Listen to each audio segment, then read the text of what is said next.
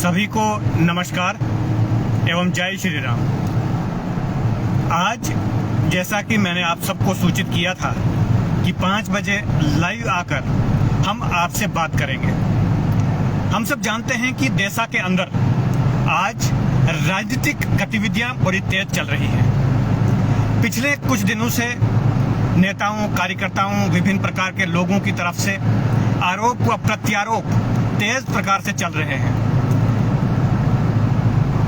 कुछ नेताओं ने बड़ी बड़ी बातें भी की और हम सब के लिए भी कुछ ऐसी बातें वहां पर बताई गई जिसका हमें भी बहुत अफसोस है, क्योंकि आज तक हमने भी नहीं सोचा था कि इस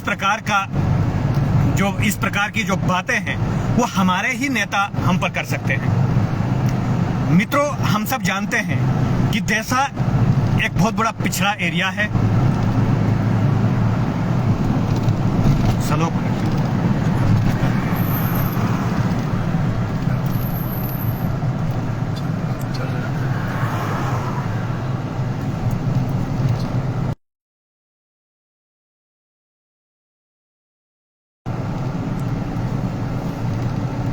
और मैं बात कर रहा था, कुछ नेटवर्क की भी प्रॉब्लम आ रही हमें, यहाँ हम चल रहे हैं, तो मैं बता रहा था कि बहुत सारी चीजें जो देशा के अंदर हुई उसका कारण ये था कि हम जो 500 मिशन हमने जो चलाया है, ये कोई आज हमने राजनीतिक रूप से हम सक्रिय नहीं हुए हैं। हम जब छोटी उम्र में थे, जब हम बच्चे थे, जब लोग उस उम्र में अपना आप संभाल नहीं पाते थे, तब हम राजनीति करते थे। तब से हमें लोगों की चिंता होती थी कि हमने समाज व अपने लोगों के लिए कुछ करना है। यही कारण था हमारा राजनीति में आने का। जब आगे चलकर विभिन्न प्रकार की हमें बाधाएं आई, आप सब उस बात से जानते हैं किस प्रकार के हमारे ऊपर आरोप ना लगे, कौन कौन सी घटनाएं हमारे ऊपर ना आई। हमने एक अलग से रास्ता भी चुना कि हम किसी भी राजनीतिक पार्टी में अगर काम नहीं कर पा रहे हैं तो हम स्वतंत्र रहकर अपने क्षेत्र की, अपने खासकर देशा की जो हमारी समस्याएं हैं, जो हमारी परेशानियां हैं, उसको हम सोशल मीडिया के माध्यम से उजागर करें। परंतु हमारे नेताओं को, हमारे लोगों को, कुछ लोगों को भी उसमें भी आपत्ति हुई। आप सबने सुना होगा कि कुछ नेताओं ने कहा कि देशा मस्त देशा फर्स्ट जिन लोगों ने चलाया था, वो देशा मस्त और देशा फर्स्ट कहाँ है आज। मित्रों, देशा मस्त और देशा फर्स्ट ये मैंने एक अपने परम मित्र जो उस समय राजनीति में थे, ये बात 2015-16 की है। आज जो राजनीति में नहीं है, मैं उनका नाम नहीं देना चाहूंगा, लेकिन उनके साथ मिलके हमने 2014-15 में देशा मस्त देशा फर्स्ट का मिशन चलाया था कि हम जो भी काम करेंगे हमारा देशा पहले और हमारा देशा सबसे मस्त होगा, प्राथमिकता हम देशा को देंगे। इस उद्देश्य के साथ हम राजनीति में भी आए थे और हमने एक देशा को डेवलप करने के लिए यह अभियान चलाया था।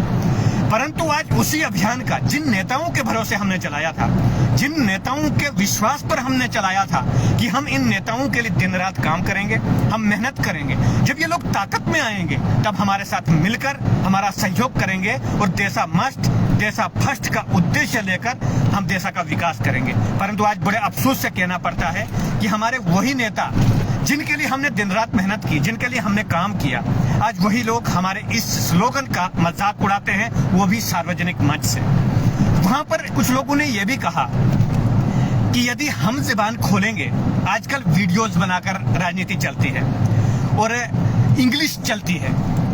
मैं इस बात से भी मुझे दुख हुआ कि हम जो आम नागरिक हैं, हम जो आम लोग हैं, हम गरीब परिवार से निकलकर अपने संघर्ष के बल पर आगे निकले हैं और हम राजनीति करते हैं और डंके की चोट पर करेंगे। परंतु कुछ लोगों ने कहा कि अंग्रेजी में भाषण चलते हैं। मैं उनसे पूछना चाहता हूं कि क्या आम व्यक्ति जो है वो अंग्रेजी बोलना नहीं चाहिए? क्या आपको, कुछ लोगों को, किसी आम व्यक्ति के मुंह से अंग्रेजी अगर निकल गई तो उसका मजाक उड़ाया जाना चाहिए? और हमारे सुरजीत जी जो भाजपा के ही पुराने एक्स हमारे मंडल प्रधान है, आज भी भाजपा में है, लेकिन कोई विश्वास नहीं कर रहा है कि वो भाजपा में है। मुझे समझ नहीं आती इस बात की। हम कब भाजपा के खिलाफ गए, कब आप लोगों के खिलाफ गए? आप ही चाहते हैं कि ये दूर हो जाए हमसे। ये हमारा दुर्भाग्य है और आप लोगों की इसमें शायद भलाई है। तो सुरजीत जी ने एक वीडियो बनाई जिसमें उन्होंने देशा के लिए जो रोड है उसकी खस्ता हालत पर बात की और उस वीडियो का मजाक बनाया गया। मैं अपने नेताओं से कहना चाहता हूं कि आप स्वयं उस रोड की स्थिति अगर आपको अच्छी लगी है तो उस रोड के विषय में आप अपने मुंह से बता दीजिए कि वो रोड बहुत अच्छी है, उसमें कोई प्रॉब्लम नहीं है, उसमें कोई परेशानी नहीं है और ए क्लास रोड है। हम जिंदगी में कभी उस रोड की बात नहीं करेंगे अगर हम अपने मुंह से आप कह देंगे कि उस रोड की हालत अच्छी है। सुरजीत जी ने गलत बोला। इसके अतिरिक्त बताया गया कि वीडियोस बनाकर राजनीति होती है और जब हमारा मुंह खुलेगा तो तब ये लोग इस गांव में आने के काबिल नहीं होंगे। इस बात से मेरा दिल बहुत दुखी हुआ, मुझे अत्यंत पीड़ा हुई और मेरी आत्मा को भी बहुत बड़ी पीड़ा हुई इस बात पर कि क्यों हमें इस प्रकार की बातें आज उन नेताओं के मुख से सुनाई दे रही है जिन नेताओं के लिए हम आज भी निष्ठा से काम करते हैं, चाहे उनको लगे नहीं लगे। जिनको हम नेता मानते थे नहीं, अब भी नेता मानते हैं, आज भी वो लोग हमारे वही नेता हैं, लेकिन उनके मुंह से कैसे वो बात निकल गई कि आप इस गांव में आने के काबिल नहीं होंगे। मैं उनसे कहना चाहता हूं कि हम जब राजनीति में आए थे तब से आज तक हमने ईमानदारी के साथ काम किया है। आप भी जब अपने बेड पर शाम को सोते होंगे, आप अपने आत्मा से कह दीजिए कि क्या राम प्रसाद ठाकुर जैसे लोगों ने कोई करप्शन की होगी राजनीति में, और आपके साथ जब हम पार्टी में रहते थे क्या पार्टी में हमने कोई करप्शन की है? अगर आपकी आत्मा ये कहती है तो मैं आपको विश्वास दिलाता हूं कि हम आपको कभी अपनी शक्ल नहीं दिखाएंगे। लेकिन अगर आपको लगता है, इसका मतलब जिस तरीके से आपने कही बात की गांवों में रहने के काबिल नहीं होंगे, इसका मतलब हमने कोई बहुत बड़ा घोटाला किया होगा, हमने कोई लूटमार की होगी, हमने पार्टी में कोई भ्रष्टाचार किया होगा, इस कारण आपने ये बात बताई। जिससे हमारे जो प्रिय लोग भी थे, हमारे शुभचिंतक भी थे, उन्होंने भी हमसे प्रश्न पूछा कि आपके नेता ने ये बात क्यों कही कि आप गाँव के काबिल नहीं रहेंगे अगर हमारा मुंह खुलेगा। ऐसा कौन सा राज आपका उनके पास है जो उनका मुंह खुलेगा तो आप जो है गाँव में आने के काबिल नहीं रहेंगे? तो मैं उनसे निवेदन करता हूं कि मैं आपको हाथ जोड़कर, मैं तब भी आपको अपना नेता मानता था और आज भी मानता हूं और आगे भी मानता रहूंगा, लेकिन आप यदि हम पर विश्वास करते हैं और हमने अगर कोई गलत किया है तो आप अगर सच्चे हैं, ईमानदार हैं, तो आपको हमारी उन गलतियों के लिए मुंह खोलना पड़ेगा और आपको खोलना चाहिए ताकि हमें भी पता चले कि हम क्या गलत कर रहे हैं। क्योंकि आज तक तो हमें पता ही नहीं चला कि हम क्या गलत कर रहे हैं जिससे आप हमसे नाराज हैं। आप हमें दूर करना चाहते हैं, हम आपको विश्वास दिलाना चाहते हैं कि हम आपके मतदाता ही नहीं, आपके कार्यकर्ता हैं, लेकिन आप कहते हैं कि हम अगर मुंह खोलेंगे तो आप यहाँ आने के काबिल नहीं रहेंगे। इससे तो हमारी आत्मा को अत्यंत पीड़ा हुई, खासकर मैं व्यक्तिगत रूप से अपने लिए कहता हूँ, मुझे बहुत दुख हुआ इस बात पे कि ऐसी कौन सी हमने गलती की है। यदि हम पंचायत में जीते, मैं आपको बताऊं, स्पष्ट करके कहना चाहूंगा, आज मैं अपने श्रोताओं से निवेदन करता हूं कि लाइव बने रहें। आज हम अपने दिल की बात बताना चाहते हैं। हम जब से पंचायत में आए हमने काम किया, लोगों के एक एक व्यक्ति का हमने काम किया और ईमानदारी से काम किया, और तब भी हमारी ही पार्टी के लोगों ने, कोई नेशनल कॉन्फ्रेंस का नहीं, कोई कांग्रेस का नहीं, जो हमारी विरोधी पार्टियां रही हैं, जिनके लिए आज भी हम पूरी जोर से विरोध करते हैं और करते रहेंगे, कांग्रेस, नेशनल कॉन्फ्रेंस जैसी पार्टियां जिन्होंने हमारे देश को एक ऐसे विचार में डाला जिस विचार से हम सहमत नहीं है, जिन पार्टियों ने हमारे देश को इग्नोर किया, आज हमें जोड़ा जाता है कि आप उनके साथ हैं और हमारे साथ नहीं है। जिन पार्टियों के लिए जिस पार्टी के लिए हमने अपनी मेहनत की, दिन को मजदूरी की, शाम को घर आए, जो पैसा बचा उस पैसे से हमने राजनीति की, उस पैसे से हमने काम किया, लोगों को जोड़ा, लोगों के घर को संपर्क किया। हम एक एक घंटे, दो दो घंटे गर्मी में रोड पर खड़े रहे, बस का इंतजार करके हम लोगों के बीच जाते थे बस के माध्यम से। हमने 3-3 साल, 4-4 साल घर छोड़कर, अपने परिवार को छोड़कर, पूर्णकालिक कार्यकर्ता के रूप में जिस पार्टी के लिए हमें काम किया, आज हमें उस पार्टी को विश्वास दिलाना पड़ेगा कि हम आपके वोटर हैं। नेता उस पार्टी का या कार्यकर्ता उस पार्टी का बनना हमारे लिए बहुत बड़ा काम है। हमें तो ये विश्वास हम नहीं दिला पा रहे हैं कि हम आपके मतदाता हैं। और जब हम पंचायतों में जीते तो हमारी ही पार्टी के लोग, कोई बाहर का नहीं, हमारे ऊपर केस करने शुरू हो गए। मैं आज दावे के साथ कहता हूँ कि नेताजी, आपके आसपास की जो दूसरी पंचायतें हैं, जो कार्यकर्ता आपके हैं, हमारे आसपास की जो पंचायतें हैं, आप उनका भी हिसाब लीजिए, उनके लिए भी मुंह खोलिए, तब हम मानेंगे। हमारे पास 1 करोड़ 5 लाख रुपए 14FC हमारी पंचायत गेईसी का था। बाकी आसपास की पंचायतों में किसी में 2 करोड़ था, किसी में 1.5 करोड़ था। मैं आम लोगों से भी कहना चाहता हूँ, वो 2 करोड़ आपका कहाँ गया? क्यों आप नहीं पूछेंगे? क्यों आपकी जुबान बंद है? क्यों रामप्रसाद ठाकुर ही करप्ट है? क्यों एजेंसीज रामप्रसाद के खिलाफ ही होंगी? क्यों SCB के केस रामप्रसाद के खिलाफ ही लगेंगे? एसीबी के केस हमारे खिलाफ लगे, हम खुश हैं, हमने कभी आपत्ति नहीं जताई क्यों केस हुए। लोकतांत्रिक अधिकार है आपका। ये एजेंसीज इसीलिए हैं कि जो करप्शन करेगा उसके ऊपर कार्रवाई करे। हमारे ऊपर हमारे कुछ एमएलएज ने फोन करके एसीबी की टीमें भेजी, हमें तब भी आपत्ति नहीं जताई, ना मैंने तब कभी वीडियो बनाई। मैंने इसलिए वीडियो नहीं बनाई कि एजेंसीज इसीलिए हैं, एसीबी का काम, एंटी करप्शन ब्यूरो का काम है कि हम करप्ट हैं वो हमारी इंक्वायरी करें। लेकिन केवल हमारी ही नहीं, हमारे आसपास जो पंचायतें उसकी क्यों नहीं होंगी। मैं 1 करोड़ 5 लाख, कई लोग बोलने लगे रामप्रसाद ठाकुर ने 72 लाख रुपए निकाल दिया। मैं 72 लाख नहीं कहता हूँ, मैं 1 करोड़ 5 लाख की बात करता हूँ। लेकिन मैं अगर 1 करोड़ 5 लाख की बात करूंगा तो वो पैसा मैं ओपन यहाँ लाइव में कह रहा हूँ कि कम से कम 100 लोगों के अकाउंट में गया है और कम से कम 500 लोगों को, कम से कम 300 घरों को उसका बेनिफिट मिला है। किसी को मजदूरी मिली है, किसी को दिहाड़ी पे काम मिला है, किसी का डंगा लगा है, किसी की सड़क ठीक हुई है, किसी का पानी ठीक हुआ है। स्कूलों में हमने डेस्क दिए हैं, स्कूलों में हमने स्पोर्ट्स की आइटम्स दी है, स्कूलों में हमने टाइल वर्क्स लगवाए हैं। हमारे पंचायत के अंदर 6 सोलर प्लांट हैं, एमएलए नहीं लगा पाते हैं, 6 सोलर प्लांट हमने लगाए हैं और पंचायत के पैसे से लगाए हैं। बताइए आप बाकी पंचायतों ने पैसा कहाँ डाला, किधर डाला? 2-2 करोड़ रुपए। हमारी पंचायत का बजट सबसे कम बजट था। तो नेताजी, आपके जो आसपास, हमारे आसपास की जो पंचायतें हैं, जो आपके अत्यंत प्रिय और अत्यंत ईमानदार लोग हैं, उनसे भी पूछिए, उनके लिए भी मुंह खोलिए। और मैं आपको चुनौती के साथ कहता हूं, हमारी आसपास की पंचायतों में 10 लोगों से ऊपर 14FC का पैसा नहीं गया होगा। 5-6 लोगों के अकाउंटों में पैसा हड़प किया होगा। हद से हद होगी 10 लोगों के अकाउंट में पैसा गया है। कहाँ गया पैसा? क्यों गरीब लोगों का पैसा लूटा? हमने जब इन बातों की आवाज उठाई तो लोग हमारे विरोध में हो गए और हमारे ऊपर केसेस करने लगे। मेरे खिलाफ अटेम्प्ट टू मर्डर का केस लगाया।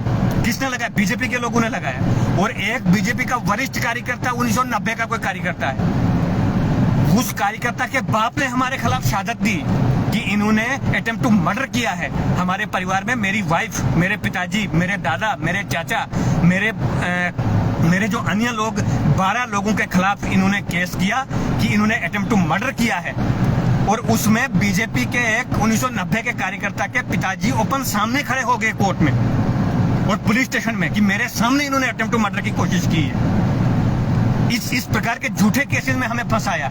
मेरे खिलाफ आज भी 420 के दफे हैं, अटेम्प्ट टू मर्डर के दफे हैं, अनेकों 10 से 15 दफे मेरे खिलाफ अब भी लगे हुए हैं। मेरे परिवार के खिलाफ लगे हुए हैं, मेरी वाइफ के खिलाफ लगे हुए हैं, मेरे पिताजी के खिलाफ लगे हुए हैं। लेकिन हम कभी डरे नहीं, ना कभी हम लाइव आए।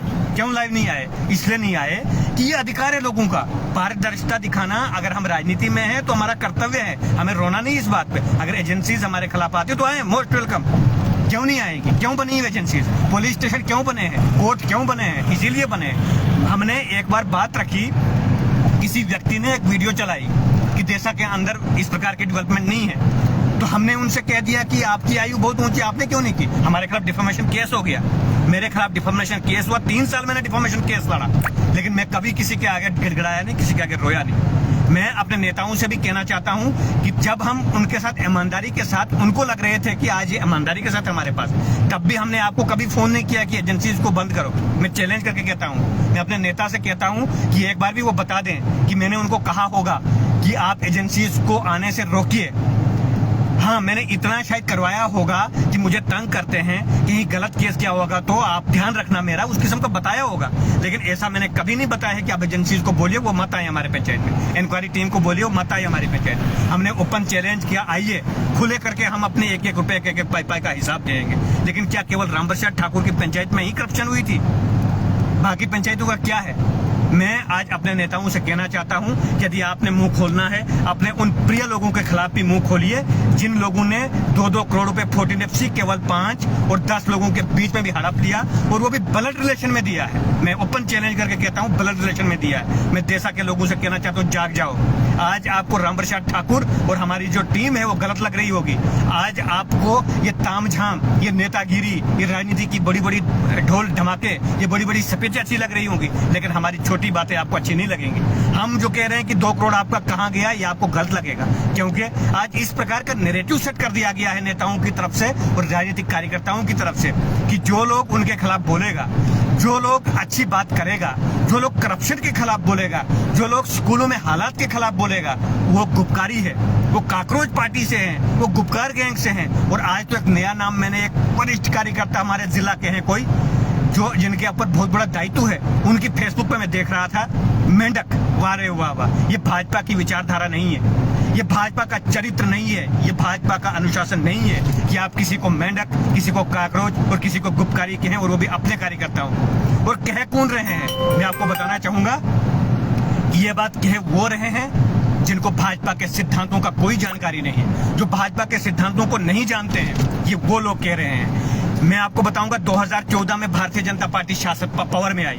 मैं 2008 से राजनीति कर रहा हूं। मैं 2010 से सक्रिय राजनीतिक रूप में सक्रिय कार्यकर्ता के रूप में आ गया हूं। 2008 में मैं मतदाता भी नहीं था, तब से मैं राजनीति कर रहा हूं। हमारे परम मित्र हैं, मैं उनका नाम देकर बताऊंगा। 2008 में हमारे माननीय विपिन शर्मा जी, और जो आज संगठन मंत्री हैं, वो एकल विद्यालय में काम करते थे। हम राष्ट्रीय स्वयं संघ की एक संगठन EVF, एकल विद्यालय फाउंडेशन ऑफ इंडिया, उस संगठन से जुड़े हुए थे 2008 में। तब ये लोग कहाँ थे? तब ये लोग मजीद वानी साहब, खालिद सोहरावर्दी तथा डॉक्टर चमन लाल, अशोक भगत, कांग्रेस नेशनल कॉन्फ्रेंस जैसे अन्य लोगों के तलवे चाटते थे। ये लोग 2014 के बाद आए। भागवा का एक जिम्मेवार कार्यकर्ता, जिम्मेवार पद पर बैठा हुआ व्यक्ति, जिसने, मैंने कोई वीडियो डाली, उसने कहा जयचंद, आप मुझे जयचंद कहेंगे? और वो व्यक्ति 2014 जब पार्टी जीती है, जीतने के बाद उसने पार्टी ज्वाइन की है। आज वो अच्छे पद पे, ये उसकी किस्मत है। हमारी बदकिस्मती है कि जब पार्टी संघर्ष में थी तब हमने बीज बोया, तब हमने खेती की, तब हमने संघर्ष किया, तब हमें गांव गए, तब हम घर गए। लेकिन हमारी ये बदकिस्मती थी, जब फल बनने वाली बात थी तो फल खाना, या फल के समय में हमने सुख भोगने के लिए हमारी किस्मत में नहीं था। उस वक्त हमारे नेताओं का हम पर विश्वास उठ गया।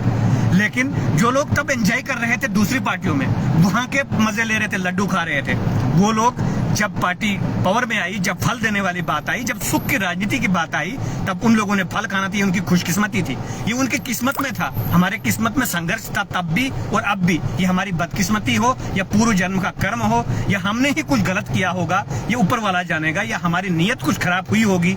इसीलिए शायद हमारे साथ ऐसा हुआ होगा कि जब पेड़ जब बनाना था, जब लगाना था तो हमने लगाया, जब उसको पानी देना था हमने लगाया। हमने उसके लिए पानी धूप में, बारिश में, जमीन से खोद के, पहाड़ों पे चढ़ के उसके लिए पानी इकट्ठा किया, बूंद बूंद पानी इकट्ठा किया। और जब वो फल देने वाली बात आई तो वो लोग आज हमें सिखा रहे हैं, और वो लोग आज हमें जयचंद कहेंगे, कोई हमें मेंढक कहेगा, कोई हमें काकरोच कहेगा, कोई हमें गुपकारी कहेगा, जो लोग उस वक्त दूसरी पार्टियों में फल खा रहे थे। अरे क्या यार, क्या आप हो और क्या आपके नेता हैं? क्या आपके नेताओं, मैं कह रहा हूं कि हमारे भारतीय जनता पार्टी के जिन नेताओं के लिए हमने काम किया, आज हमें उनके लिए इस प्रकार की बातें कहनी पड़ रही है। जिन नेताओं के लिए किसी टाइम हमारा संकल्प था, हमारा लक्ष्य था, हमारी चॉइस थी कि उनको हम कुर्सी पर बिठाएं, हम ऐसी मेहनत करें कि वो जीतें। और जब जीतेंगे, हमें क्या विश्वास था कि उस वक्त इनको हमने ये यकीन दिलाना है कि हम आपके कार्यकर्ता, नेता या पार्टी के पदाधिकारी नहीं, हम आपके वोटर हैं। हमें क्या जानकारी थी कि उस वक्त हमें यह विश्वास दिलाना है कि हम आपके वोटर हैं। हमारे दादा परदादाओं से लेकर भारतीय जनता पार्टी से बाहर वोट नहीं दिया है। आज हम इतने बदकिस्मत लोग हैं कि हमें उन नेताओं को बताना पड़ रहा, नहीं हमने वोट दिया है। वोट देना हमारा अधिकार है, हमसे कोई छीन नहीं सकता है। हमारे अंदर की आत्मा कहकर हम वोट देते हैं। हमारी आत्मा जहां कहेगी हम वोट देंगे। हम अभी किसी दूसरी पार्टी में जाएंगे, हमारी आत्मा कहेगी जाएंगे, नहीं जाएंगे तो हम नहीं जाएंगे। हम भाजपा में रहेंगे, कांग्रेस में कहीं जाएंगे, क्या हमें रोक सकता है? हमारी आत्मा हमें रोक सकती है। इस बात का प्रमाण केवल हम स्वयं को देना है, क्योंकि हम अब अपने नेताओं को जब हम विश्वास नहीं दिला पाए तो हम किसको विश्वास दिलाएंगे? इसके अतिरिक्त हमारा मकसद क्या है?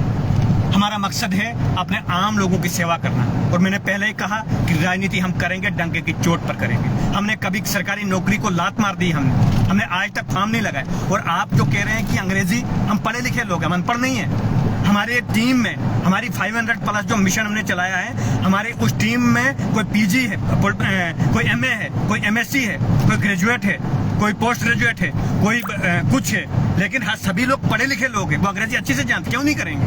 क्यों अंग्रेजी नहीं करेंगे? क्यों हम अंग्रेजी, क्या आपको नहीं लगता? क्या आपके बच्चे अंग्रेजी करेंगे? क्या आपके चेले चपाटे अंग्रेजी करेंगे? क्या हम अंग्रेजी नहीं जानते हैं? मैं ऐसी भाषा इस्तेमाल नहीं करना चाहता था, परंतु मुझे आज इसलिए करना पड़ रहा है कि मैंने आपको पहले ही कहा कि जब मैंने ये शब्द सुना कि देसा मस्ट देसा फर्स्ट आज कहाँ गया, वीडियोस बनाते हैं और वीडियोस दिखा कर वो चलते हैं। एक तो ये बात हमें बहुत पीड़ा करने लगी, और उन्होंने आगे कहा कि जिस दिन हम जबान खोलेंगे तो उस दिन तुम इस गांव के आने के काबिल नहीं रहोगे। तब आपको विश्वास नहीं होगा हमें कितना दुख हुआ होगा कि जिन लोगों के लिए हमने दिन रात मेहनत की, जिन लोगों के लिए हम अपने परिवार से 3-3 साल बाहर रहे, जिन लोगों के कारण, जिस पार्टी के कारण, जिस विचार के कारण हम अपने परिवार को टाइम नहीं दे पाए और लोगों के बीच रहे, एक पहाड़ी से दूसरी पहाड़ी चढ़ी, आज वही लोग हमें ये कहेंगे। इससे मुझे अपने आप पर शक हो गया। यदि मेरे नेता को ही मुझ पर लग रहा है कि इन्होंने कोई ऐसी बहुत बड़ी गलती की है, अगर मैं उसको बयान करूंगा तो मेरे कार्यकर्ता, मेरे लोग, हम तो उनके नहीं हैं, लेकिन जो भी वो समझेंगे कि हम क्या उनके हैं तो वो समझ सकते हैं। लेकिन हमारे लिए अगर ऐसा उनके मन में विचार है कि वो हमारे लिए कहते हैं कि अगर हम मुंह खोलेंगे वो गांव में आने के काबिल नहीं होंगे, तो मैं उनसे निवेदन करता हूं, अब भी हमारी आप पर पूरी रेस्पेक्ट है। मैं ये कह रहा हूं कि अभी तक मैंने ये नहीं कहा कि आप हमारे नेता थे, मैं अब भी यही कह रहा हूं आप हमारे नेता हैं। और अब भी मैं ये कह रहा हूं कि आपके प्रति हमें पहले की ही जैसी रेस्पेक्ट, अब भी वैसी ही रेस्पेक्ट है, थी नहीं है, मैं कह रहा हूं, इस बात को ध्यान से रखिए। आप भी हमारी रेस्पेक्ट है, लेकिन अगर थोड़ी सी भी आपको हमसे हमदर्दी, कोई पिछले 4-5 सालों का जो हमारा संबंध है एक पार्टी के अंदर, आप भी तो हमें कहते थे कि हम एक परिवार के कार्यकर्ता हैं, भाजपा एक परिवार है, तो अगर परिवार के अंदर आप हमें 1% भी कभी परिवार माना होगा, कभी आपने अपना कार्यकर्ता हमें माना होगा, कभी आपने हमें अपने दिल में छोटी सी जगह दी होगी, तो मैं आपसे कहता हूं कि आप अपना मुंह खोल दीजिए, हमें वो बहुत अत्यंत प्रसन्नता होगी। इतना हम आपसे रिक्वेस्ट करते हैं, जिंदगी में हम आपसे कुछ नहीं मांगेंगे, इतना आप कह दीजिए आप क्या मुंह खोलना चाहते हैं और हमने कौन सी बड़ी गलती की है जिससे हम अपने गाँव के काबिल नहीं रहेंगे। आप जिस गाँव में वो भाषण दे रहे थे, वो उसी गाँव में मेरे दादा ने शादी की है, उसी गाँव में मेरे पिताजी ने शादी की है, उसी गाँव में मेरे भाई ने शादी की है, और उस गाँव में मेरा नानियाल का है, उस गाँव में मेरी 4 से 5 से 10 पत्नी कितनी बुआ हैं, उस गाँव में हमारी बहनें हैं, हमारे अत्यंत गंभीर रिलेशन है उस गाँव में। आप उस गाँव में आने से हमें रोक पाएंगे? आप हमारे रिलेशन के साथ ही करेंगे। एक और बात मैं कहना चाहूंगा, हमारे श्रीमान जोगेंद्र ठाकुर जी भाई साहब हमारे हैं, उन्होंने नगरोटा से चुनाव लड़ा आम आदमी पार्टी से। कुछ दिनों बाद उन्होंने वहां छोड़ दी वो पार्टी, तो कांग्रेस में चला गए। वो मेरी सखी बुआ का बेटा है और मैंने एक फोटो उठा दिया उनके साथ क्योंकि मेरा भाई है, तो वहां से मुझे फोन आने लगे और नीचे कमेंट्स कुछ देखने को, गुपकारी हैं जी, गुपकारियों से मिले, ये देखो आज कांग्रेस के लोगों से मिल रहे हैं। मुझे बताओ, क्या आप इस प्रकार की हमें राजनीति करवाना चाहते हैं कि आप हमें भाइयों में आपस में लड़वाओगे? क्या आप भाइयों के बीच में दीवार पैदा करवाओगे? आप कब तब होते हो जब आपके घर में नेशनल कॉन्फ्रेंस के मंत्री आप घर में बुलाते हो, उनको ड्राई फ्रूट पता नहीं क्या क्या खिलाते हो, जब उनके घरों में जाकर आप फोटोज उठाते हो, कोई आपका ब्लड रिलेशन भी उनके साथ नहीं होता, तब आप अच्छे। लेकिन हम अपने भाइयों के साथ क्या मिल गए, तो बड़ी बड़ी बातें होने लगी, गुपकारी हो गए हम, काकरोच पार्टी हो गई हम, और बहुत सारे लोग इस प्रकार की बातें कर रहे हैं। मैं यही कहना चाहूंगा कि जिस प्रकार की बातें हो रही है, न पार्टी के लिए बेहतर है, न पार्टी के शासन में है, न पार्टी के अनुशासन में है। ये बातें पार्टी का एक सभ्य कार्यकर्ता कभी नहीं कर सकता है कि वो मेंढक किसी को कहे, किसी को काकरोच कहे, किसी को गुपकारी के, कभी नहीं कह सकता है। ये बात वो व्यक्ति कह सकता है जिसको भाजपा के सिद्धांतों का कोई जानकारी नहीं है। हम काम करेंगे, राजनीति करेंगे, डंके की चोट पर करेंगे।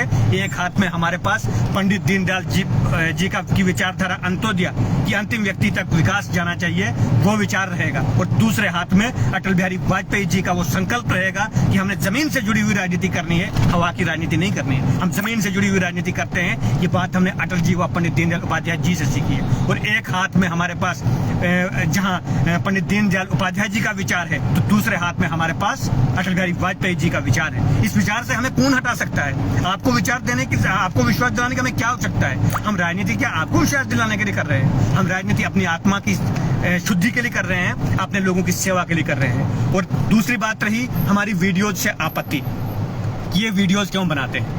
ये हमारे भारत या संविधान का मौलिक अधिकार है। Right to expression of speech हमारा भारत का संविधान हमें देता है। अब मैंने इंग्लिश कर दिया, आपको बुरी लगेगी क्योंकि आम आदमी के मुंह से तो आप इंग्लिश पसंद नहीं करना चाहते, लेकिन मैंने बता दिया कि हम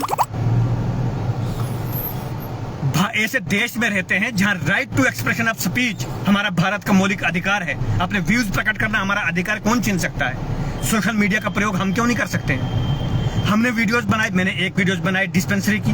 क्या आपको लगता है वो डिस्पेंसरी की हालात ठीक है? दूसरी वीडियो मैंने बनाई रोड की। क्या लगता है आपको कि रोड का सर्वे, जो मलान वाली रोड का सर्वे ठीक हुआ है? क्यों लड़ाई हुई कल? क्यों वहां पर मलान के अंदर उस प्रकार की बहस हुई? और मलान के अंदर जो सर्वे थे, कुछ लोगों ने वो सर्वे के निशान क्यों फेंके? कुछ गलत था इसलिए फेंके होंगे ना, क्योंकि वो सर्वे देसा के लोगों ने नहीं किया है, वो सर्वे भागवा के लोगों ने किया है। क्यों करेंगे भागवा के लोग सर्वे? नेता आप हमारे, आप हम पर विश्वास नहीं करेंगे? क्यों नहीं करोगे? और हम जो कहेंगे आपको बुरा क्यों लगेगा? ये किस प्रकार की राजनीति है? ये हम इस प्रकार की राजनीति पसंद इसलिए नहीं करेंगे कि हमारे आप विधायक हैं, आप हमारे नेता हैं, तो हम आपसे प्रश्न क्यों नहीं पूछेंगे? और जब हम प्रश्न पूछेंगे तो हम गुपकारी, मेंढक, काकरोच क्यों हैं? इस बात की मुझे समझ क्यों नहीं आ रही। और दूसरी बात फिर से मैं कह रहा हूं कि हमारा ये मौलिक अधिकार है, कोई छीन नहीं सकता। तीसरी चीज, आप हायर सेकेंडरी गई की हालत देखिए। आप गए होंगे हायर सेकेंडरी में, लेकिन आप चेले चपाटों ने वहां आपको लिया ही नहीं जहां पर लेना था। मैं कल आपको गई हायर सेकेंडरी की वीडियो अपने YouTube चैनल और अपने फेसबुक के माध्यम से आपको साझा करूंगा कि हमारी गई हायर सेकेंडरी, जो सबसे पुरानी हायर सेकेंडरी है, उसके क्लासरूम्स कैसे हैं, उसके वॉशरूम्स कैसे हैं, बच्चे वहां पर पढ़ते कैसे हैं। वो वीडियो मैंने रिकॉर्ड करके रखी है, लेकिन मैंने किसी कारण अपलोड नहीं की थी। मैंने इसलिए अपलोड नहीं की थी, उसकी कोई मेरी अपनी व्यक्तिगत सोच थी कि नहीं करूंगा अपलोड, लेकिन अब मैं वो अपलोड करूंगा कल वीडियो। और कल आपके पास वो वीडियो आएगी। उस हायर सेकेंडरी की आप हालात देखिए, किस प्रकार की वो हायर सेकेंडरी है। क्यों हम उस हायर सेकेंडरी के लिए नहीं बोलेंगे? आप बताइए, हायर सेकेंडरी में 300 बच्चे पढ़ते हैं, क्यों 300 बच्चों का भविष्य हम वहां पर अंधकार में डालने के लिए रखे हैं? क्या उन बच्चों को अच्छे डेस्क पर बैठने का अधिकार नहीं है? क्या उन बच्चों को अच्छे शिक्षकों से पढ़ाई लेने का अधिकार नहीं है? क्या उन बच्चों के लिए ब्लैक बोर्ड या व्हाइट बोर्ड नहीं है? क्या उन बच्चों को टाट पे हायर सेकेंडरी के बच्चों ने बैठना है? क्या हमारी बहनों को, हमारी बच्चियों को, हमारे भाइयों को वहां पर वॉशरूम नहीं चाहिए? मैं आपको उस हायर सेकेंडरी की वीडियो दिखाऊंगा, उसकी क्या हालत है। आपने कहा देसा के अंदर सारी लाइट, चेले चपाटों ने कहा बहुत सारे गाँव ऐसे जहाँ पर लाइट नहीं है, बहुत सारे गाँव है जहाँ पर अच्छी शिक्षा नहीं है, बहुत सारे गाँव है जहाँ पर पानी नहीं है। देसा का व्यक्ति यदि अपनी आवाज उठाएगा तो वो गुपकारी, और बाहर से लोग आकर, कोई भागवा से, कोई खलेनी से, कोई मरमत से, कोई पता नहीं कहां से आकर बड़े बड़े भाषण झाड़ेंगे और वो कहेंगे कि देसा के अंदर गुपकारी है, जो वहां की ग्राउंड रियलिटी बोलते हैं। हम बोलते हैं देसा में चौतरफा विकास हो रहा है, मेट्रो सिटी है देसा, दिल्ली की जैसी सिटी बन गई है देसा। और वो लोग कौन कहेंगे? जो बाहर के लोग हैं। क्या देसा को हमसे ज्यादा वो लोग जानते हैं? क्या देसा की गुर्बत, गरीबी, देसा का संघर्ष, देसा का जो रहन सहन है, क्या हमसे ज्यादा कोई जानता है? और वो लोग ज्यादा जानते हैं? ऐसा नहीं है। हमने आवाज उठाई, लोगों को पीड़ हुई। हमने आवाज उठाई वीडीजी की। क्यों दी आपने गन वीडीजी को? आपको जानकारी है वीडीजी का हमारे समाज को कितना बड़ा नुकसान हो रहा है? हमने वीडीजी की आवाज उठाई तो हम गुपकारी। वीडीजी एक ऐसी अभिशाप बन गया है समाज के लिए, पूरे समाज को बेरोजगार कर दिया है। 3 पीढ़ियों का नुकसान वीडीजी के कारण हुआ है। इस बात को आपको समझना पड़ेगा। कब वीडीजी की तनख्वाह बढ़ाओगे? कब वीडीजी की आप बात करोगे? क्या वोट बैंक की राजनीति के लिए किया है? मैंने कहा 3 नहीं 4 पीढ़ियों को आपने आर्थिक रूप से कमजोर कर दिया। पहले जो लोग हमारे बुजुर्ग थे, जो हमारे बाप दादा थे, उनके हाथ में आपने गन दे दी 1990 में। आतंकवाद के विरुद्ध लड़ाई लड़ो, उन्होंने लड़ी आतंकवाद की लड़ाई। ना वो अपने बच्चों को पढ़ा पाए, ना अपने लिए वो पूरे 3 टाइम का खाना ले पाए, लेकिन बंदूक पकड़वा कर उनको यह काम दे दिया कि आप गांवों की सुरक्षा करो। आप एसी रूम में बैठकर, बड़ी बड़े 5 स्टार होटलों में बैठकर ऐश की जिंदगी जिएंगे, और एक आम गरीब व्यक्ति जो वीडीजी की गन पकड़कर आपने रख लिया, उसकी जिंदगी बर्बाद कर ली। वो अपने बच्चों को नहीं पढ़ा पाया, और जब उनके बच्चे जवान हुए, फिर से आपने उनके बच्चों को गन पकड़ा दी। और तनख्वाह क्या दी? कुछ को 4000, कुछ को गन तनख्वाह ही नहीं। तो उन 90% वीडीजी को तनख्वाह नहीं, उनको आपने गन पकड़ा दी। ना वो काम करने के काबिल, ना वो बाहर जाने के काबिल। उनको गन आपने 2024 में इसलिए दी कि वो आपको वोट करेंगे। उस वक्त आपने उनसे कहा कि आप हमें वोट कीजिए, भारतीय जनता पार्टी को, हमें विधायक बनाइए, हम आपको तनख्वाह बढ़ाएंगे, पता नहीं क्या करेंगे। और आपने उनको भी बेरोजगार कर दिया। दूसरी पीढ़ी आपने समाप्त की, अब तीसरी पीढ़ी समाप्त करने जा रहे हो, क्योंकि आज के जो युवा जिनके हाथ में आपने बंदूक दी, वो अपने बच्चों को अच्छी शिक्षा नहीं दे पाएंगे। वो किस प्रकार का कंपटीशन करेंगे आगे आने वाले टाइम में? आपके बच्चे बड़े बड़े स्कूलों में पढ़ेंगे, वीडीजी मेंबर का बच्चा गवर्नमेंट स्कूल में पढ़ेगा, बिना डेस्क के, बिना टीचर के, बिना किसी अच्छी सुविधा के, और कोई बोलेगा तो वो गुपकारी। तो वो अपनी जिंदगी भी गवा गया, यानी 3 पीढ़ियां। और जब वो तीसरी पीढ़ी जो जिन नौजवानों के हाथ में आज बंदूक दी, उनके बच्चों को आज पढ़ाई अच्छी नहीं होगी, तो उनकी जिंदगी भी आपने गर्क में डाल दी। उनके बच्चे जो होंगे, चौथी पीढ़ी, वो अपने बच्चों को कहां से पढ़ाएंगे जब उनको वो आर्थिक रूप से सशक्त नहीं होंगे? जब वो पढ़ेंगे नहीं, वो करेंगे क्या जीवन में? 21वीं सदी जब अंत में होगी, तब वो बच्चे आज के जो हैं वो अपने बच्चों को पढ़ाने वाले होंगे। तब किस प्रकार का कंपटीशन रहेगा? आपने एक ऐसे समाज को जो राष्ट्रभक्त समाज है, जो भारत की संस्कृति को मानने वाला समाज है, जो भारत के सनातन धर्म को मानने वाला समाज है, जो भारत को अपनी माता मानता है और जो भारत को अपनी माता को के लड़ने के लिए अपने बच्चों के जीवन को भी गर्क में डालता है, लेकिन बंदूक पकड़कर वो लड़ता है। आपने ऐसे समाज की 4 पीढ़ियां समाप्त कर दी, लेकिन कोई बोलेगा तो वो गुपकारी। किस लिए करना चाहते हो आप ये? क्या अपनी कुर्सी के लिए? और जब कोई बोलेगा तो आपको बुरा लगेगा। मैं आज बहुत सारी चीजें कर चुका हूं, इस बात पर आपको ध्यान देना होगा। हम आने वाले टाइम में और भी बहुत सारे रिवॉल्यूशनरी चीजें लाएंगे। हमने कहा कि हमने राजनीति, जब हम 2008 में जब हम वोटर भी नहीं थे, तब से हम एकल विद्यालय फाउंडेशन ऑफ इंडिया राष्ट्रीय स्वयंसेवक संघ की एक संगठन है, शिक्षा के क्षेत्र में जो काम करती थी, उसके साथ जुड़े थे। माननीय विपिन जी ने हमें जोड़ा था, हम उनका धन्यवाद करते हैं। लेकिन आज जोड़ने वालों को ही हम पर विश्वास नहीं हुए, हमारा दुर्भाग्य है। तो उनके साथ हम जुड़े थे और हमने उसमें उस समय काम किया जब ये लोग जो आज हमें गुपकारी बोलते हैं, तब उन लोगों के तलवे चाटते थे, उन लोगों की करछों में खाते थे, उन लोगों की प्यालियों में चाय पीते थे। आज वो हमें सिखाएंगे। क्या सिखाओगे आप हमें? आप हमें राष्ट्रधर्म सिखाओगे? आप हमें जयचंद बोलोगे? आप तो जयचंद, तो सच्चे जयचंद आप थे। जब आप लोग उन लोगों के साथ जुड़े थे, जब आतंकवाद चरम सीमा पर था, तब आप कहाँ थे? आप तब उनके साथ जुड़े हुए थे, कांग्रेस नेशनल कॉन्फ्रेंस के साथ। जब समाज को आपकी आवश्यकता थी, तब आप कहाँ? आज समाज को हमारी आवश्यकता नहीं है, क्योंकि आज हमारा समाज जागरूक है। आज हमारा समाज आर्थिक रूप से भी सशक्त होना चाहिए, क्योंकि आज सत्ता हमारे हाथ में है। आज हमारे समाज को जागरूकता की भी आवश्यकता नहीं है, क्योंकि राजनीतिक रूप से भी हम सशक्त हैं। लेकिन जब भारत के अंदर, जब हमारे डोडा के अंदर राजनीतिक रूप से भी समाज हमारा कमजोर था, जब हमारे समाज को प्रताड़ित किया जाता था, तब हम समाज के साथ खड़े थे और आप लोग उन लोगों के तलवे चाटते थे जिन लोगों के लिए आज आप बड़ी बड़ी गुपकारी पता नहीं क्या क्या कहते हो। आप हमें ये नहीं सिखा सकते हो। जयचंद आप थे, क्योंकि आपने उस समय के लोगों को, उस समय एक ऐसे समाज को छोड़कर एक ऐसे समाज के साथ आप गए थे जो हमारे समाज को प्रताड़ित करते थे, राजनीतिक रूप से कमजोर करते थे। हमारे सुरजीत जी कुछ बता रहे हैं वीडीजी एसपीओ को लेके। मैं आपके कमेंट्स बाद में देखूंगा, वो सारी चीजें मैं डिस्कस फिर करूंगा। लेकिन ये सारी चीजें जो है मैं इसलिए बता रहा हूं कि हमें मत राजनीति सिखाओ। राजनीति हम करना जानते हैं और करते आए हैं। इसके अतिरिक्त हमारा 500 मिशन, बहुत सारे लोगों ने मुझसे कहा कि 500 मिशन क्या है। 500 मिशन एक क्रांतिकारी अभियान है। 500 मिशन एक ऐसा रिवॉल्यूशन लाएगा जो देशा के अंदर जन जन को जागरूक करेगा। आने वाले समय में 500 मिशन इस प्रकार का काम करेगा कि पंचायतों के अंदर कोई भी व्यक्ति गरीब व्यक्तियों के अधिकार को छीन नहीं पाएगा। 2-2, 3-3 करोड़ रुपए हड़प करके कोई व्यक्ति बोल नहीं पाया। क्यों नहीं बोल पाए? क्योंकि समाज में जागरूकता नहीं थी। अब हम ऐसा समाज देशा में चाहते हैं कि देशा का बच्चा बच्चा जागरूक हो। जो देश की स्कीमें हैं, जो भारत सरकार की स्कीमें हैं, जो जम्मू कश्मीर सरकार की स्कीमें हैं, जो पंचायतों के अंदर पैसा आता है, उसके प्रति जागरूक हो। हम देशा के हर घर से एक एक नेता तैयार करेंगे, जो नेता बनकर इन लोगों की रोजी रोटी को बंद करेंगे, जिन्होंने देशा को पीढ़ियों से यहाँ पर गर्क किया है। मैं देशा के लोगों से कहना चाहता हूँ कि आप पहचानिए उन लोगों को। कौन लोग थे जब हमारे श्रीमान बाली भगत जी विधायक थे? कौन लोग उनके साथ चलते थे? किन लोगों के परिवार चलते थे? आप खुद अपने दिल में झांक कर देखिए। बाली भगत जी के बाद डॉक्टर चमनलाल जी विधायक बने। कौन लोग थे उनके साथ?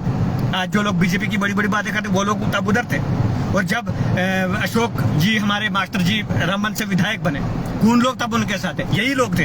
आप पहचानिए उनको, और पहचानना पड़ेगा देशा के निवासियों को। कौन लोग थे तब? जब नीलम जी विधायक बने, हम भारतीय जनता पार्टी में थे, लेकिन आप देख सकते हैं कि उस वक्त भी सक्रिय कौन थे एमएलए के साथ। हम पार्टी के विचार के लिए तब लड़ते थे, कभी बानीहाल, कभी रामबन, कभी इंद्रवाल, कभी डोडा। लेकिन पीछे लूट कौन रहा था वो आप अच्छी तरह से जान सकते हैं। आज जब हमारे विधायकों की बात आई, तो आज हमारे विधायक के साथ कौन लोग हैं?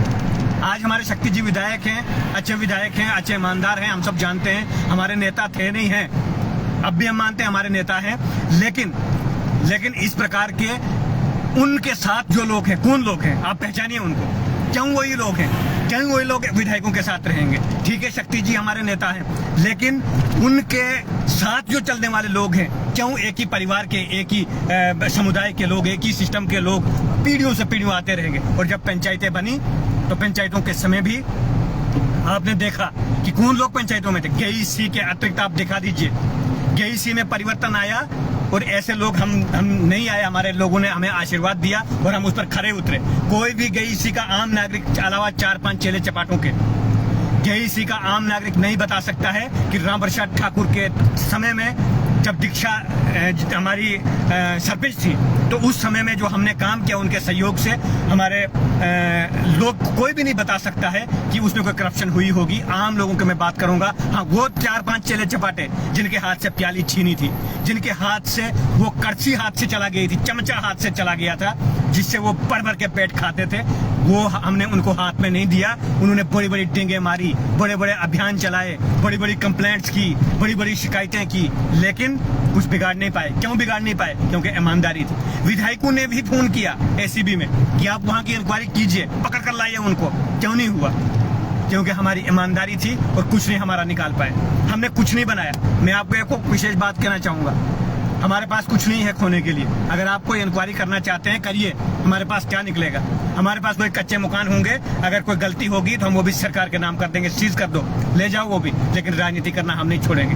हम अपने परिवार के लिए राजनीति नहीं कर रहे हैं, आम लोगों के लिए राजनीति कर रहे हैं। यदि हमने पैसों के लिए राजनीति करनी होती तो हम नौकरी करते, हम अच्छी जगह कहीं जीवन जीते, आप लोगों के साथ संघर्ष नहीं करते। लेकिन देशा के अंदर जिस प्रकार आज तक जो चल रहा है वो हमसे देखा नहीं जाएगा, न खोने देंगे।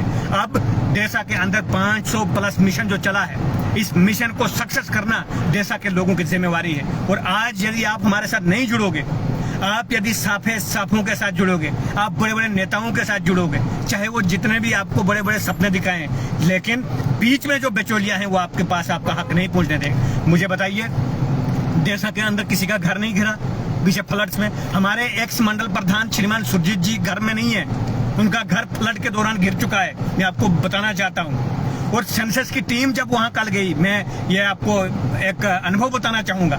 सेंसस की टीम जब गई, मुझे फोन आया वहां से, बोला सुरजीत जी का फोन नहीं लग रहा है, उनका घर कहाँ है, हमने नंबर लगाना है। मैंने कहा उनका घर फ्लड के टाइम गिर चुका है। बोला कहाँ रहते? मैंने, वो अपने भाई के घर में रहते हैं। और आप ऐसे लोगों पर आप आलोचना करोगे, और आप क्यों इन लोगों ने अपने घर नहीं बनाए? क्यों सुरजीत जी ने? क्योंकि वो आपकी पार्टी को बनाने के लिए दिन रात लगे रहे। और किसी कार्यकर्ता ने एडमिनिस्ट्रेशन से मिलके फोन किया कि आप बीजेपी के कार्यकर्ता ने फोन किया कि सुरजीत जी का जो घर बना है उसका मुआवजा नहीं बनाना, और मुआवजा नहीं बना सुरजीत जी का, वो बेघर हैं फ्लड के दौरान में। और हमारे अनेकों लोगों के घर गिर गए। 100 कुछ करोड़ रुपया भारत सरकार ने भेजा जम्मू प्रोविंस में, कहाँ गया? क्यों देशा के अंदर नहीं पैसा मिला फ्लड विक्टिम्स को? क्यों फसल जिनकी टूट गई नहीं मिला?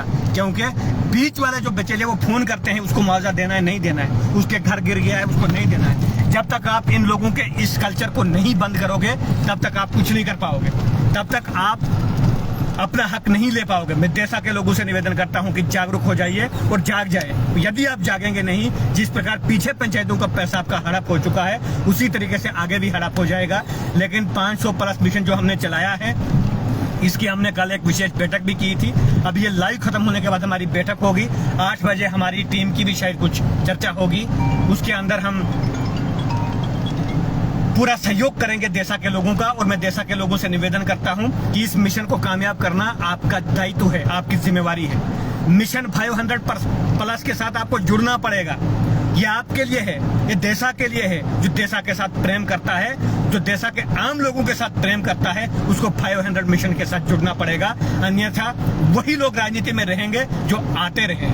राजनीति हमारा शौक या धंधा नहीं होना चाहिए। राजनीति हमारा मानवीय धर्म और सामाजिक कर्तव्य है। और देशा के अंदर राजनीति के इस कल्चर को बदलने के लिए, गुंडागर्दी को समाप्त करने के लिए, अगले आवाज को बंद करने के लिए मैं डिफेमेशन केस की बात कर रहा था। जब एक कोई पंचायत है, उस पंचायत में कुछ 2-4 लोगों ने सरपंच के खिलाफ कंप्लेंट की कि 14 FC का पैसा जो है वो नहीं लगा है। उसके ऊपर कोर्ट से नोटिस गया उन लोगों के खिलाफ कि आपने करप्शन के इल्जाम लगाए हैं, अब आपको सबूत करने पड़ेंगे।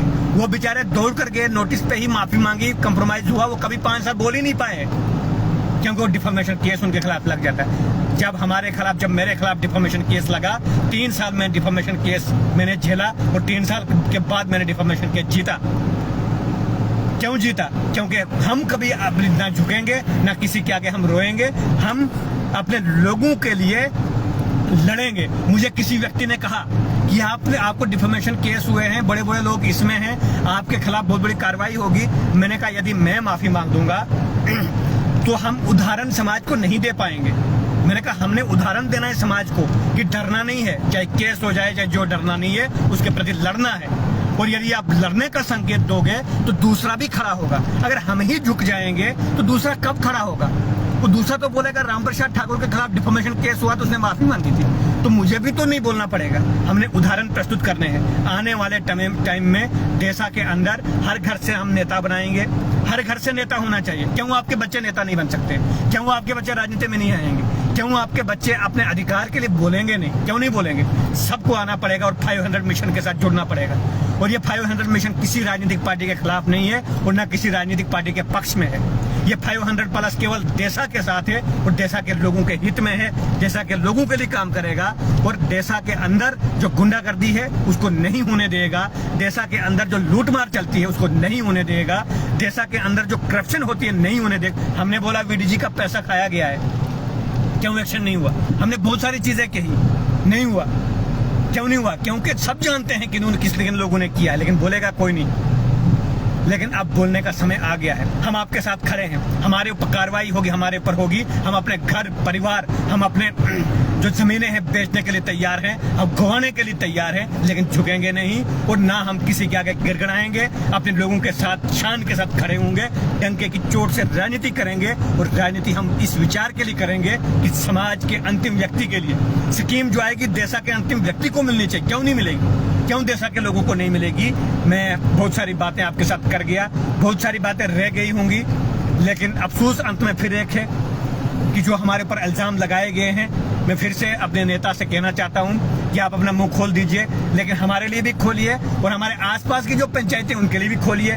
क्योंकि यदि आप अपने आप को ईमानदार साबित करते हैं, आप अपने आप को ईमानदार मानते हैं, तो आपको अपने आसपास लोगों की ईमानदारी पर भी आपको देखना होगा, तब जाकर हम मानेंगे। और हमने यदि कोई गलत किया है, मैं ओपन चैलेंज करके कहता हूं, हमने यदि कोई गलत किया, हमें बख्शा नहीं जाना चाहिए। आप मुंह खोल दीजिए और बता दीजिए, जिससे हमें भी ये सुकून होगा, हमें भी ये पता लगेगा कि हमें किस कारण हमें दोषी ठहराया जा रहा है। मुझे कल जब ये बात मैंने सुनी कि यदि हम मुंह खोलेंगे तो ये लोग इस गांव में आने के काबिल नहीं होंगे, मुझे तब समझ में आई इसीलिए शायद हमें काकरोच कहा जाता है, इसीलिए शायद हमें मेंढक कहा जाता है, इसीलिए शायद हमें गुपकारी कहा जाता है, इसीलिए शायद हमें कहा जाता है कि ये बीजेपी के हैं ही नहीं, ये गुपकारी हैं, इन्होंने बीजेपी को वोट भी नहीं दिया है, इसलिए शायद कहा जा रहा है। तो यदि हमने कोई ऐसा गुनाह किया है तो बता दीजिए, बोल दीजिए, हमें पार्टी से निकाल दीजिए, हमें बोल दीजिए। क्यों नहीं बोलोगे?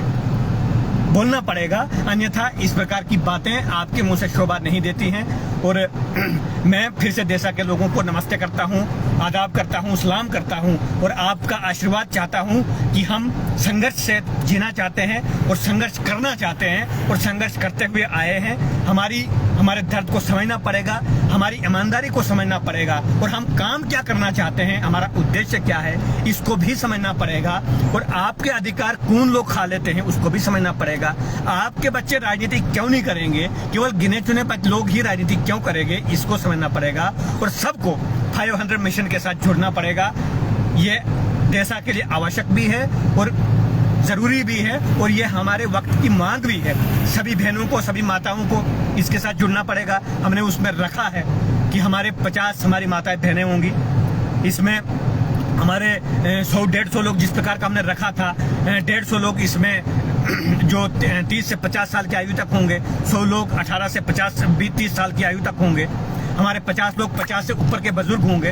वो सारे लोग हमें जुड़ना पड़ेगा और इसलिए जुड़ना पड़ेगा, अपने अधिकारों के लिए लड़ना पड़ेगा, नहीं तो देशा के लोगों की आवाज बंद हो जाएगी। और बाहर के लोग जो ये आते हैं, कभी भागवा से, कभी उधर मरमत से, कभी खलेनी से, कभी डोडा से, कभी पता नहीं कहां से, वो लोग डंडोरा पीटते जाएंगे कि देशा के अंदर विकास हो चुका है, देशा के लोग बड़ी सुख की जिंदगी जी रहे हैं, देशा के अंदर बच्चों को बहुत अच्छी शिक्षा मिल रही है, देशा के अंदर पानी सबको मिल रहा है, देशा के अंदर रोड अच्छी है। हम खड्डों के अंदर हमारे टायर टूटते जाएंगे, हमारे ड्राइवर 3 दिन रोज टायर चेंज करते जाएंगे, लेकिन बाहर के लोग ये डंडोरा पीटते रहेंगे कि रोडें अच्छी है। और हम जो गिने चुने लोग 10-12 लोग हैं, हम बोलेंगे तो हमें गुपकारी, हमें मेंढक, हमें काकरोच, हमें पता नहीं क्या क्या नाम दिया जाएगा।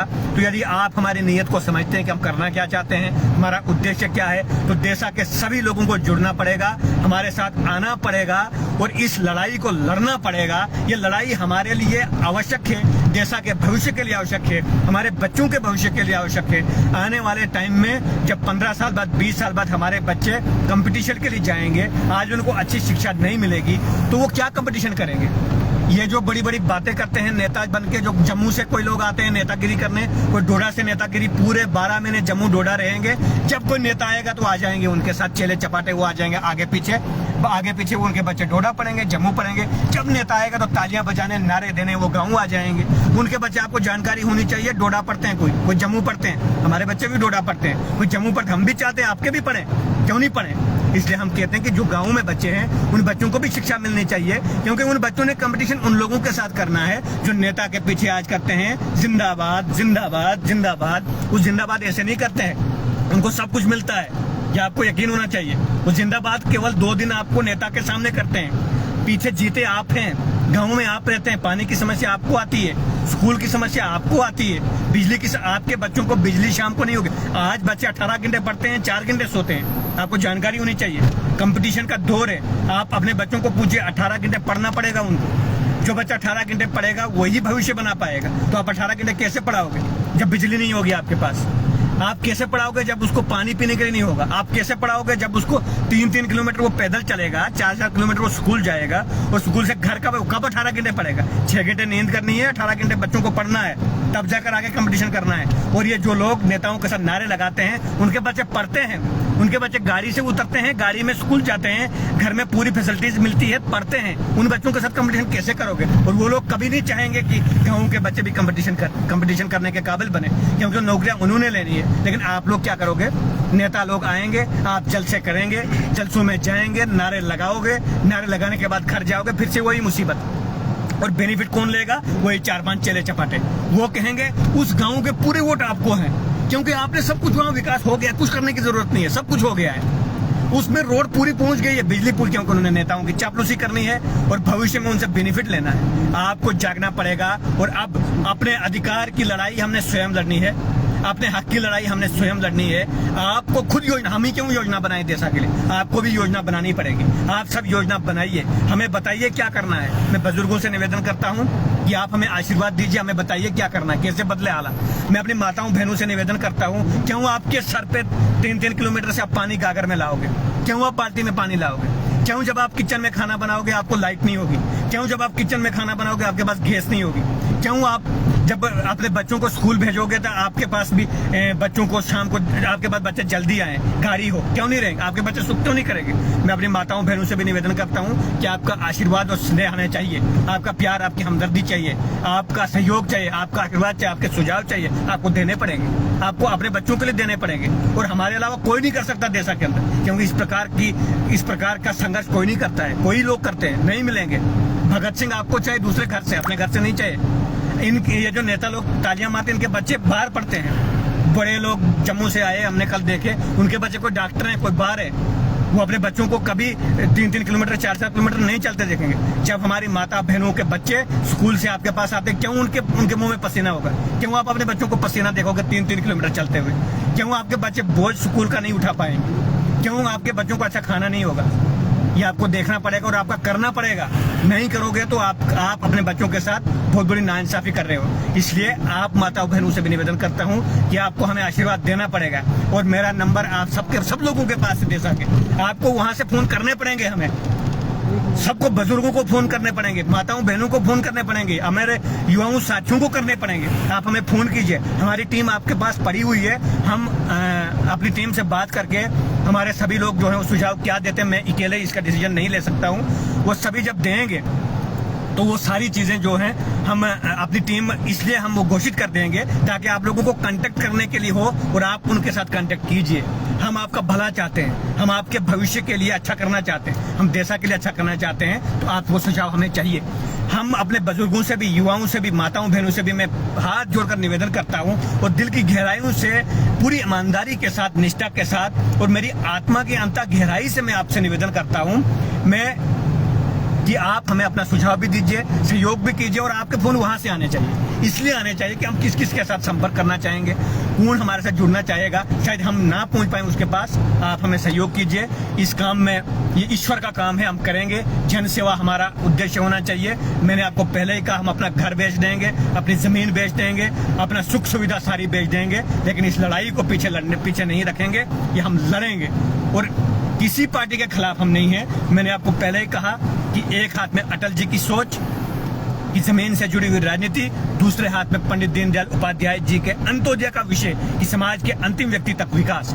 अब हम लाइव को समाप्त करना भी चाहेंगे क्योंकि जम्मू से डोडा की तरफ हम आ रहे हैं, अभी टनल के पास नेटवर्क डाउन हो जाएगा। मैं अंत में सभी को नमस्कार, जय श्री राम कहना चाहूंगा। हमारे मिशन के साथ जुड़िए, अपने सुझाव जरूर दीजिए और हमें आपके फोन आने चाहिए। हमारे साथ जुड़िए, युवाओं से, बुजुर्गों से, सबसे, जिससे हम अपने इस मकसद में पूरे हो जाएं। बाकी हम अपने नेताओं को अपना विश्वास नहीं दिला पाई, हमारी कमजोरी रही। जिस पेड़ को हमने पानी दिया, जब वो फल देने की बात आई, हमें ये पता नहीं था कि हमने विश्वास दिलाना है कि ये फल हमने लगाया है और पानी हमने भी एक बूंद डाली है उसमें। भगवान श्री राम ने जब वनवास की तरफ, जब लंका की तरफ चढ़ाई की थी तो एक गलेरी पे विश्वास हो गया था कि ये भी एक बूंद डाल रही है, लेकिन हमने बड़ा संघर्ष किया। हमारे नेताओं को वो संघर्ष हमारा नहीं लगा कि इस पेड़ को बनाने में आपका योगदान है। जब फल बना तो हमें उनको विश्वास नहीं दिला पाई, हमारा दुर्भाग्य था। और उन लोगों का ये सौभाग्य था जो उस वक्त खिलाफ थे, वो आज वो फल खा रहे हैं। तो उनका ये सौभाग्य है, उनकी किस्मत में वो फल थे, तो हमें उसकी कोई चिंता नहीं है। आपको वो फल मुबारक हो, आप सुखी रहें। और हमारे लिए जो ईश्वर ने संघर्ष चुना है, जो लड़ाई चुनी, हम वो लड़ते रहेंगे। इतना ही कहते हुए आप सभी का बहुत बहुत धन्यवाद। जय हिंद, जय भारत, जय श्री राम।